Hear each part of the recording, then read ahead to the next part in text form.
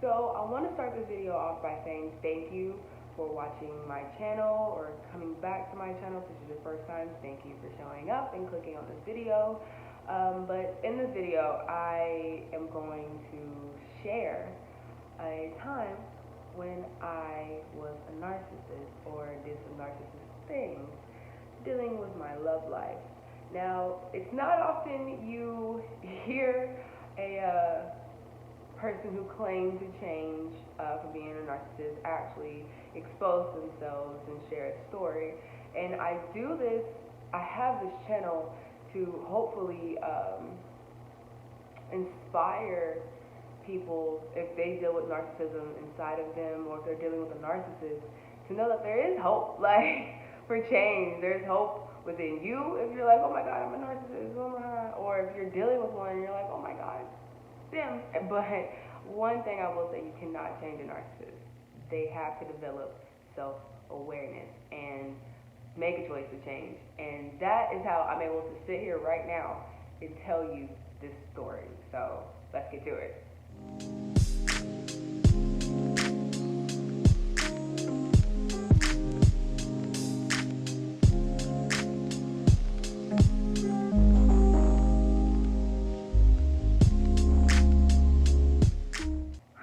Okay, once upon a time, I would date multiple guys. Now, I called myself a option wearer, as others would call it a player, and I refuse to let you call me a player.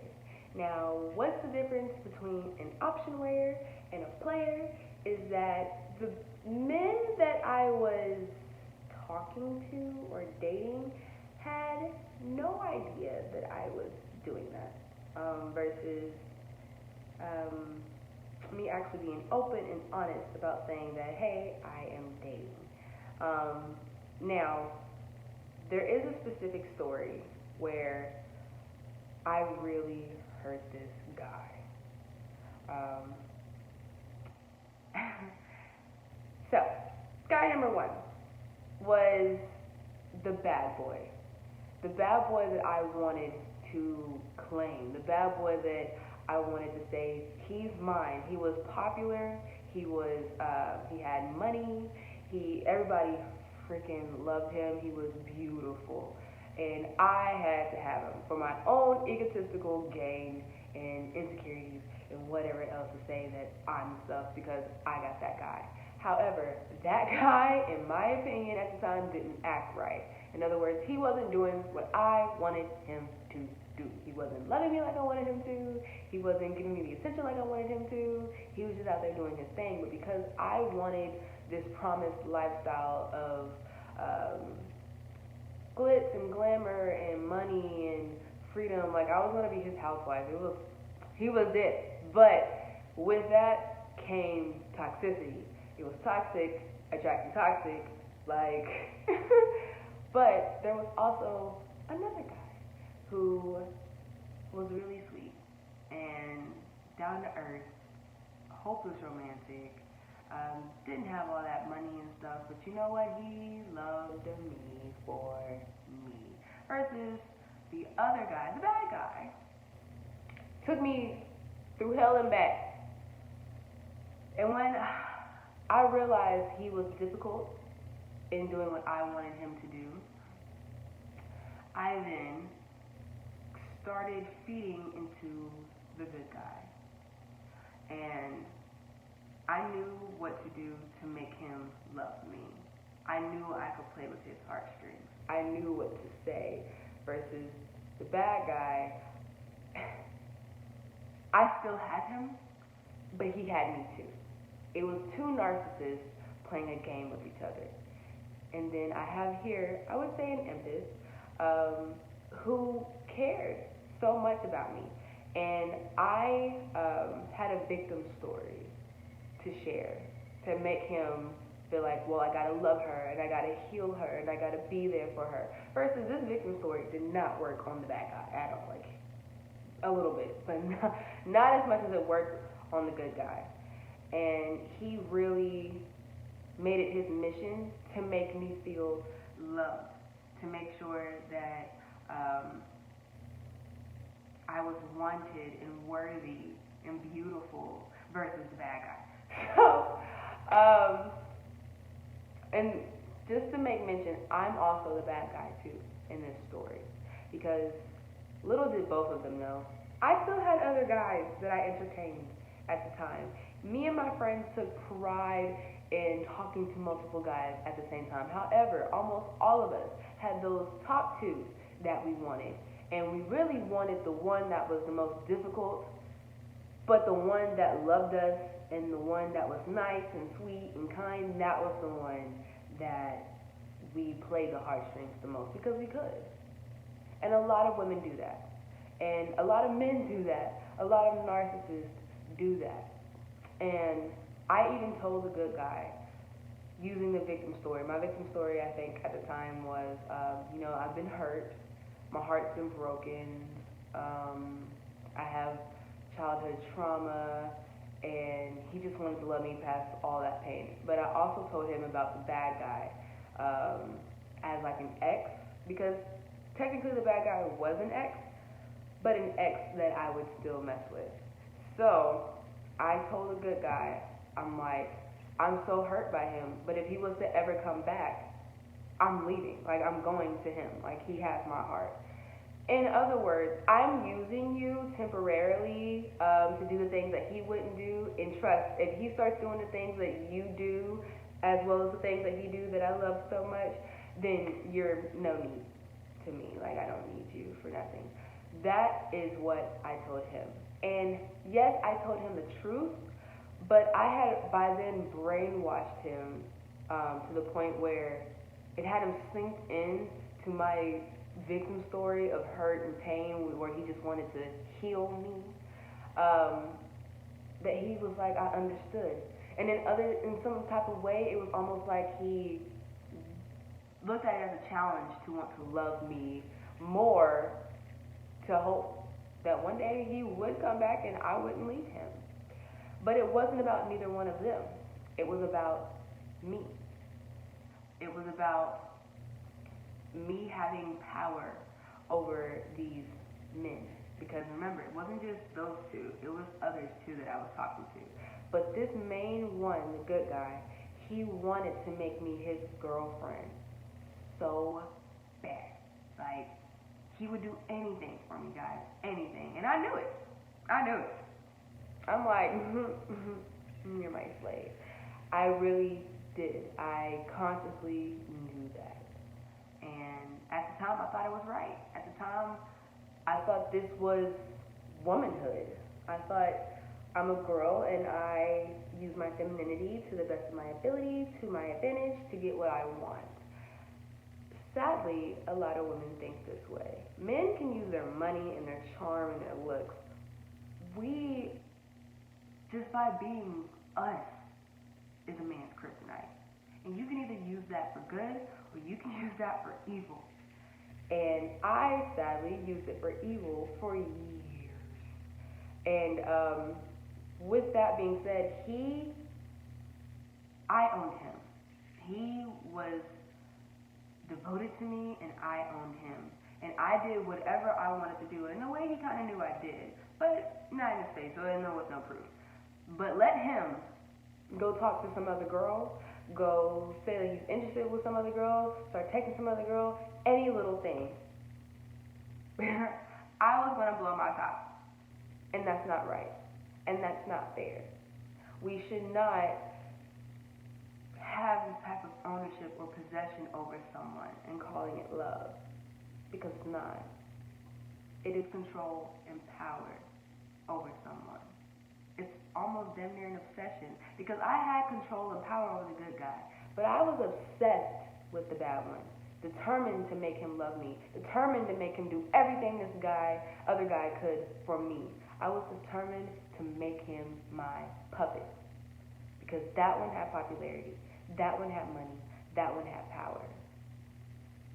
Versus he was a really good guy who really did care about me.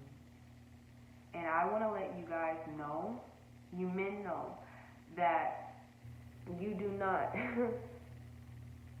It is not your job to have to. You're not obligated to love a woman past her pain. Same thing for you ladies. If you're dealing with that with a guy, because guys do that too, they have multiple women and making you think you're the main one that they're loving, but really some other woman that has their heart, and they're also entertaining other women. That's a thing. People give you this sense of you're being in a relationship and you're their boyfriend or you're their girlfriend while they're entertaining other people, and let you entertain somebody else. Oh, all hell will break loose. That's toxic, honey. On both ends, men and women do it.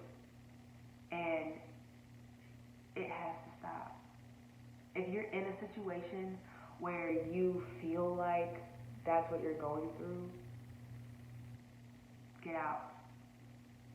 If you are the person who thinks you're an option where, but you're playing with people's hearts, stop. We have to be adults, guys. We have to look at ourselves. We have to hold ourselves accountable. Like I was saying, it is not somebody's job to love someone else past their pain. Two people should come together whole and healed. Because how it was very easy for me to play with the good guy was because I also sensed that he was broken. I also sensed that he was needing something.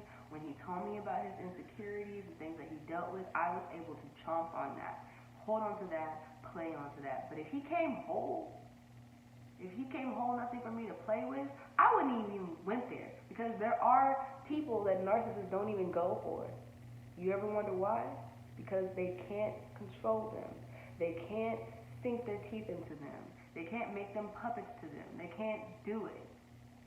This is why I was having such a difficult time with the bad guy, because he was more of a narcissist than I was, and I couldn't tame him. But we also shared our trauma stories. We didn't share trauma. Me and the good guy didn't share a trauma story.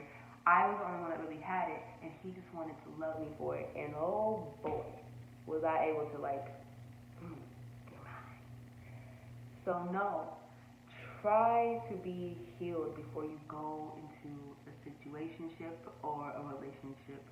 I say that because not everybody is for relationships, and that is another video that I'm going to have. However, do not find yourself being caught up with someone who isn't being real with you. Like I said, we are adults. It is time to be honest with each other. It is time to set boundaries. It is time to go into situations or relationships knowing what we want, knowing what we require, and drawing the line. I would say that he should have drawn a line and say, I'm not comfortable with that. But because he wasn't whole within himself, had his own insecurities and weaknesses, that he was like, well, she's so beautiful to me and she's everything I ever wanted, I would let this happen. I would let her stomp all over me. No, ladies, gentlemen, have more self-love. Have more self-worth. Know that you are worthy to be loved and receive the love that you give. You don't have to get hurt by another narcissist. You do not. Because if you have those boundaries, they might try to break them, but you stand firm on your boundaries. Do not let someone make you be their boyfriend or their girlfriend and not actually be committed to you. Have you do all these things, give all of yourself, and they're still out there playing games, doing their own thing, and there's not even a guarantee or no type of commitment that y'all will be together. And here you are pouring yourself into that person, pouring yourself into that love, and they're just liable to up and leave at any time because they never committed to you, if that's what you want. Again, because there are different types of relationships out there with different types of rules. So to cover it all as a whole, honesty, communication, and boundaries. That's it. Have those three things, have successful love. Okay? Now that was my story. That was me exposing something that I would do in the past. I did it for years with different partners. Like, that was just a story between those two guys because that was honestly the worst one. I really did end up hurting the good guy. And when I later realized that I was a monster to him, I went back and I went back and apologized for everything. I mean everything. It was a whole cry fest, everything. And I didn't need him to forgive me. I wasn't demanding forgiveness. I just wanted him to know that I was sorry. I was really sorry. I still am sorry. And to this day, we're actually cool now. And me and the bad guy are not. Are not at all. Not even in the slightest bit. Yeah. Nope. But I'm okay with that because I understand now why I even wanted him in the first place. Toxic attracts toxic. And I was so toxic, I ended up hurting a really good person. And I'm so glad that they're still a really good person and they were able to forgive me. And we're actually friends now. But if this resonated with you, whether it was in yourself or someone else, don't run away from that feeling. Face it. It is time to walk up to that mirror and tell yourself the truth. And if you are not ready to do that, that is okay too. Just know that yourself is waiting for you now. That's it. That's what I got. That is time for today. I know I was all over the place with this story. I'm not really good at just doing this on camera, and I'm gonna be honest about it. I want my honesty to just spread like wildfire. Let's just be honest, guys. But I really do thank you for watching this video. Please like this video. Please subscribe to my channel. Please share the video. If you like this video, you know, it could really help me in the algorithm. So that would really help. Comment below. Let me know what you're feeling, what you're thinking. DM me on Instagram. I love hearing you guys' stories. I am available for coaching. I am taking new clients. You can always book me at myreflectionroom.com, and we can definitely get to the bottom of situations that you were facing, or if you want to self-reflect or reflect on someone else, I am here. But again, thank you guys, and y'all have a great rest of your